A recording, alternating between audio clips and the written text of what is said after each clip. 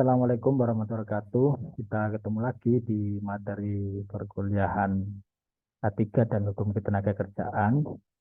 Kita masih membahas tentang rekrutmen tenaga kerja dan kali ini kita akan sama-sama belajar mengenai bagaimana sih cara membuat CV yang baik.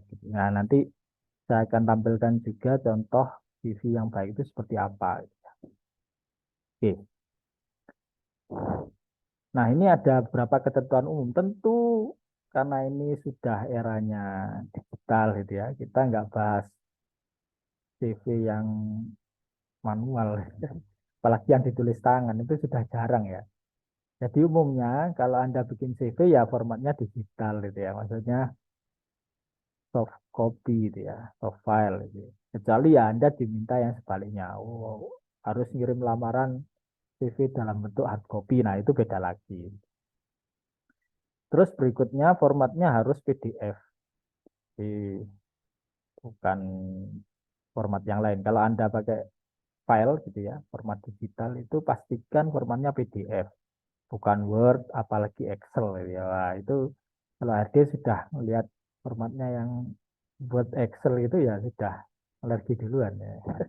Kenapa? Karena format PDF ini pertama umumnya filenya ringan, gitu ya. Terus juga jelas dan tidak bisa diubah, gitu ya. Jadi sudah paten gitu. Beda kalau formatnya ini kadang di print berubah gitu ya. Word atau Excel kan beda beda Wordnya itu ya, beda edisinya kadang ya munculnya lain gitu. Nah, itu mengganggu.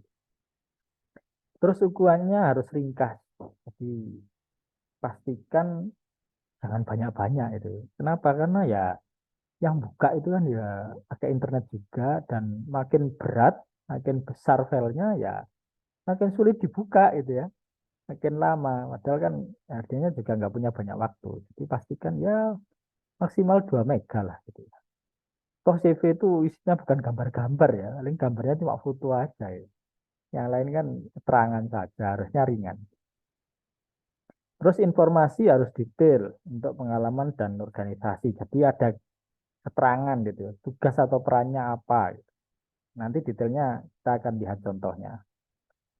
Terus juga ada kontaknya itu yang jelas gitu ya. Jangan cuma telepon saja, bisa WA. Kalau zaman sekarang Anda sudah punya akun sosmed gitu ya, ya Anda bisa tampilkan akun sosmed Anda. Asal akun sosmednya yang bagus ya. Jadi ya jangan isinya yang aneh-aneh gitu ya. Itu untuk apa? Untuk menunjukkan, memberikan impresi yang baik.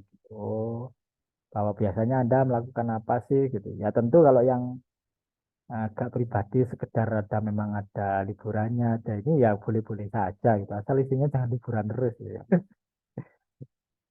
Terus fotonya juga harus formal gitu ya, bukan foto yang gaya-gayaan itu, apalagi yang full body gitu ya jangan gitu ya. Foto yang biasanya kan separuh saja, yang formal, pakaiannya juga formal, juga image-nya itu formal dan yang terbaru di sini kalau bisa ya 3 sampai 6 bulan lah. Jangan sampai oh ini foto zaman SMA atau foto zaman SMP ya jangan. Gitu. Ini foto waktu masih muda sekali.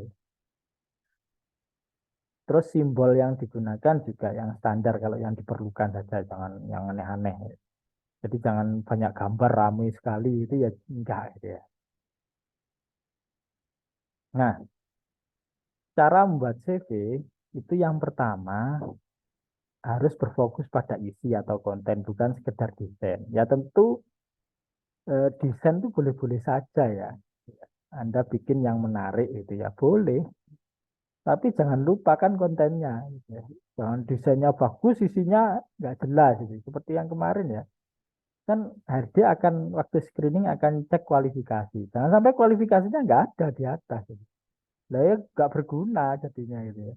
Isinya bagus, dilihat bagus, tapi isinya harusnya scroll dulu itu lama. HRD-nya malas juga, cuma itu ya. Jadi Anda boleh simple, tapi tepat sasaran. Terus gunakan CV itu yang formatnya kompetensi based, yang berbasis kompetensi. Jadi, yang kompetensi yang Anda punya itu jelas gitu dan sesuai dengan posisi yang dilamar. Nanti ada template yang bisa Anda download di deskripsi pada video ini.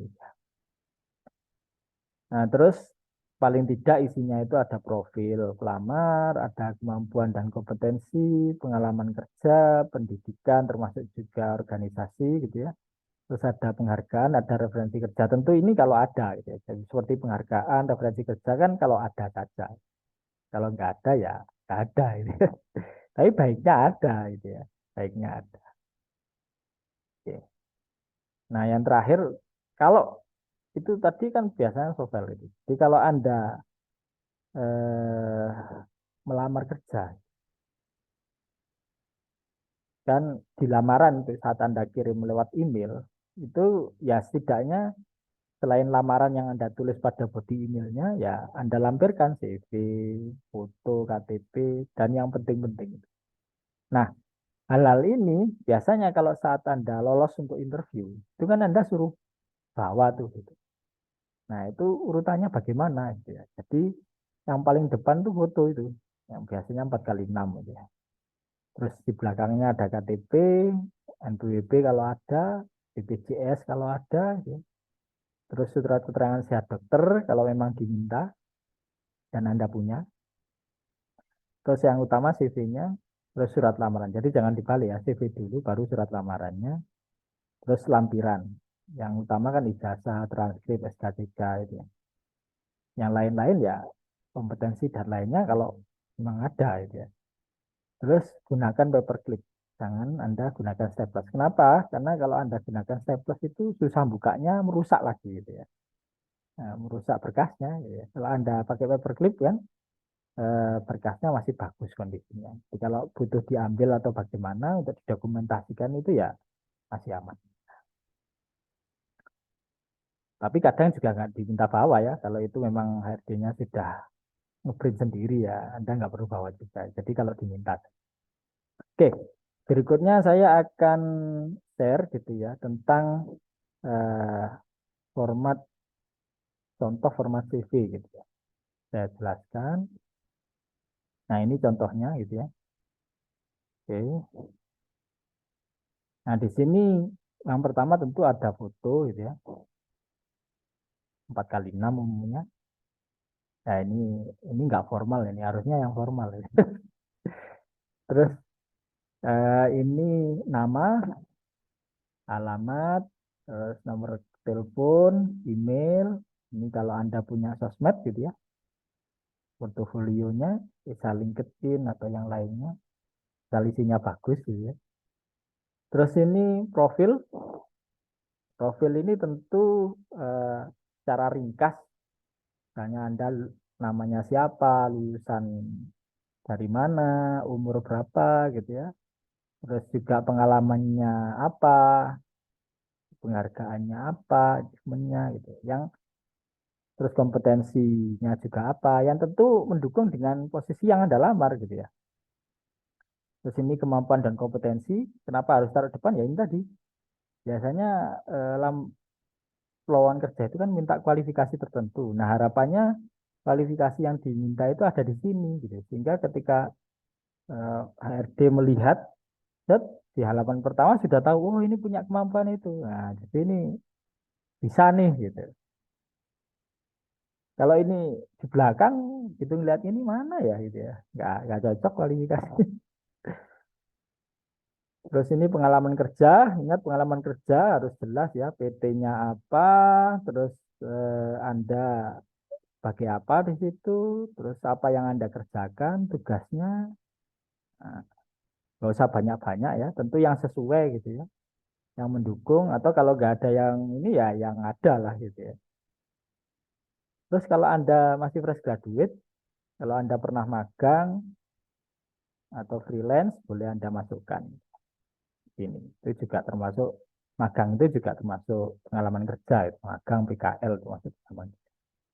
Terus pendidikan, nah di pendidikan ini juga pendidikannya di mana, jurusannya apa, gitu, IPK berapa, terus juga eh, poin penting saat Anda mengikuti pendidikan itu apa? Misalnya Anda pernah ikut lomba apa atau pernah berprestasi apa, itu juga bisa Anda masukkan di sini. Kalau Anda pernah ikut organisasi apa gitu ya, saat jadi mahasiswa misalnya itu juga bisa dimasukkan di sini gitu ya. Role-nya apa gitu ya, perannya apa. Nah, untuk pendidikan maksimal dua terakhir ya, jangan banyak-banyak. Jangan sampai TK dimasukkan semua ya, nggak perlu gitu ya. Nah, terus penghargaan, kalau Anda pernah dapat penghargaan khusus gitu ya, walaupun ya tingkat-tingkat kabupaten, boleh gitu ya. Atau pernah juara di kampus, lomba tertentu, silahkan aja, nggak apa-apa. Apapun itu penghargaannya, itu kan menunjukkan Anda pernah, ini penting ya, sih, penghargaan itu, untuk menunjukkan Anda punya semangat untuk berprestasi, dan pernah punya prestasi, ya itu. Terus yang terakhir, referensi kontak itu maksudnya orang yang misalnya pernah bekerja dengan Anda, yang bisa ditanya-tanya kira-kira Anda itu kalau kerja bagaimana, pernah bantu apa. Misalnya kalau Anda fresh graduate ya bisa aja dosen pembimbing Anda misalnya gitu ya. Atau kalau Anda sudah punya pengalaman kerja ya bisa jadi eh, pimpinan Anda sebelumnya. Asal tentu pastikan referensi kontaknya yang Anda masukkan di sini orang yang bisa memberikan impresi positif gitu ya, pendapat yang positif tentang Anda ya. Kalau negatif jangan gitu ya. Ya kalau nggak ada yang bisa memberikan impresi positif ya mending nggak ada aja ini referensi kontaknya gitu ya. Nah, kalau Anda fresh graduate kan nggak masalah juga. Kalau Anda sudah punya pengalaman bisa jadi rekan kerja Anda, teman baik Anda itu ya. Itu juga bisa Anda masukkan. Itu biasanya juga di nilai plus gitu kalau emang ada. Oke, jadi ini yang minimum ya. Jadi nggak usah terlalu banyak CV itu. Bukan harus berlembar-lembar, ada CV sampai 10 lembar ya buat apa gitu ya. Kecuali aja diminta itu. Kalau diminta sudah, oh ini harus ngisi ini yang harus ada terus harus banyak ya itu kan sesuai ketentuan perusahaan. Tapi umumnya kalau tidak ditentukan ya jangan banyak-banyak itu ya. Dua halaman itu sudah maksimum lah. Oke, seperti itu penjelasan saya kali ini. Semoga bermanfaat. Sampai ketemu lagi di sesi berikutnya. Saya tutup. Wassalamualaikum warahmatullahi wabarakatuh.